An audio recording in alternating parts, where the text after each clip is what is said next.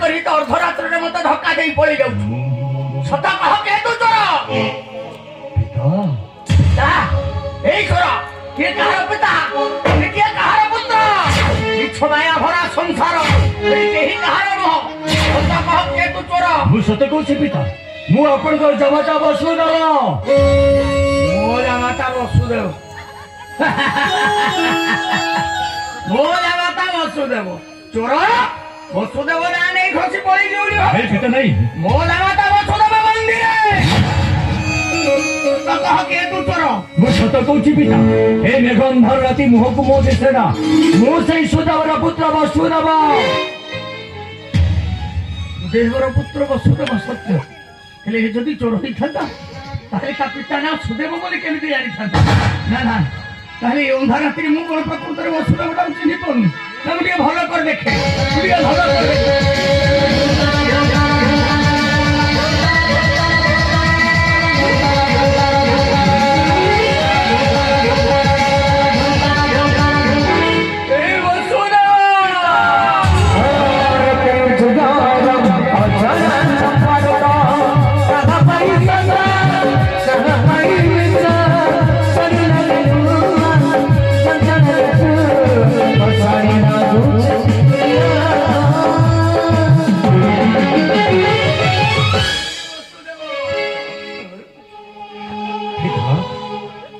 Basudev